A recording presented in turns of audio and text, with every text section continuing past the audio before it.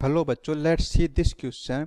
If p is -1 to 1, then show that equation 4x cube minus 3x minus p is equal to 0 has a unique root in the interval 1/2 to 1 and identify it. So इसके लिए सबसे पहले हम की concept देख लेते हैं. हमारा की कंसेप्ट होगा जब हमारे पास कोई फंक्शन f(x) दे रखा हो और हमें देखना हो कि ये फंक्शन किस इंटरवल में इंक्रीजिंग या फिर डिक्रीजिंग है. उसके लिए हम f(x) फाइंड करते हैं और जब ये f(x) ग्रेटर देन 0 होता है तब हमारे पास फंक्शन इंक्रीजिंग होगा और जब f(x) लेस देन 0 होता है तब हमारे पास ये फंक्शन डिक्रीजिंग फंक्शन होगा. और हमें दे रखा है कि जो एक इक्वेशन है 4x³ minus 3x minus p is equal to 0, बताना है कि ये हमें प्रूफ करना है कि इसका एक यूनिक रूट है और उस रूट को हमें फाइंड भी करना है. उसके लिए हम पहले क्या करते हैं, जो हमारी इक्वेशन दे रखी है इसमें इसको मैं f(x) के बराबर मान लेता हूँ. f(x) is equal to 4x³ minus 3x minus p और ये हमारे पास इसका इंटरवल है. पहले हम क्या करते हैं, इसके एंड पॉइंट पर इस फंक्शन की वैल्यू फाइंड कर लेते हैं. f of 1/2 is equal to 4 1/2 का cube minus 3 into 1/2 minus p. यहाँ पर होगा 4/8 माइनस 3/2 माइनस p. यहाँ पर ये हो जाएगा हमारे पास, ये होगा 1/2 minus 3/2 that is -1 minus p.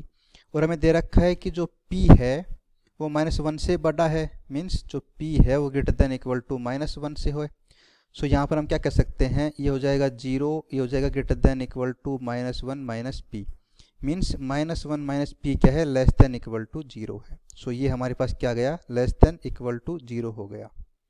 अब ऐसे ही हम फाइंड कर लेते हैं f ऑफ 1 की वैल्यू. ये होगा 4 1³ minus 3 1 minus p that is 4 minus 3 minus p that is 1 minus p.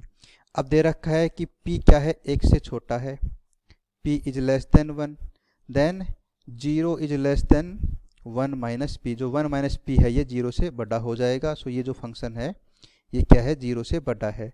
यदि हम देखें कि इस 1/2 पर फंक्शन की वैल्यू है नेगेटिव और 1 पर है फंक्शन की वैल्यू पॉजिटिव. ग्राफ से हम कह सकते हैं कि ये हमारे पास है 1/2 एंड ये है 1. इस पर जो फंक्शन की वैल्यू नेगेटिव है यहाँ पर मान लेते हैं और इस पर वैल्यू कोई पॉजिटिव है, इसको हम यहाँ पर मान लेते हैं. हमें इस पॉइंट से इस पॉइंट पर जाने के लिए कम से कम एक बार तो ये x अक्ष को कट करेगा ही. हम कह सकते हैं कि जो ये हमारे पास ये जो इक्वेशन है उसका कम से कम एक तो हमारे पास रूट होगा ही, ज़्यादा भी हो सकते हैं, लेकिन हमें प्रूफ करना है कि इसका यूनिक रूट है.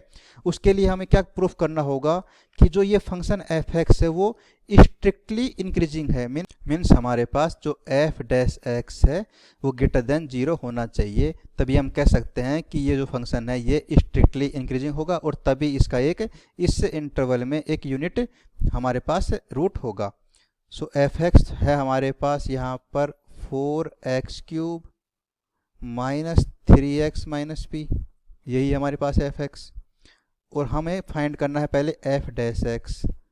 ये हो जाएगा 12x² माइनस 3 और हमारे पास x की रेंज है यहाँ पर -1/2 टू 1.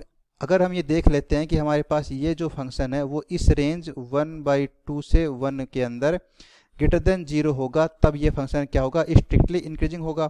और हम देख सकते हैं कि इस रेंज में ये जो फंक्शन है ये हमारे पास f(x) ग्रेटर देन 0 ही है.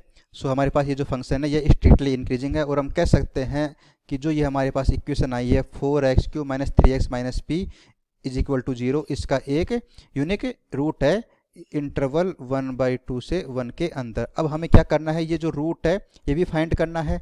उसके लिए हम क्या करते हैं, हमारे पास इक्वेशन है 4x³ minus 3x minus p is equal to 0. यदि हम इस टर्म को देखें तो ये हमारे पास कुछ इस प्रकार है, जैसे हम जानते हैं cos 3 θ होता है 4 cos³ θ माइनस 3 cos θ, और ये भी कुछ इस प्रकार, ये 4x³ माइनस 3x.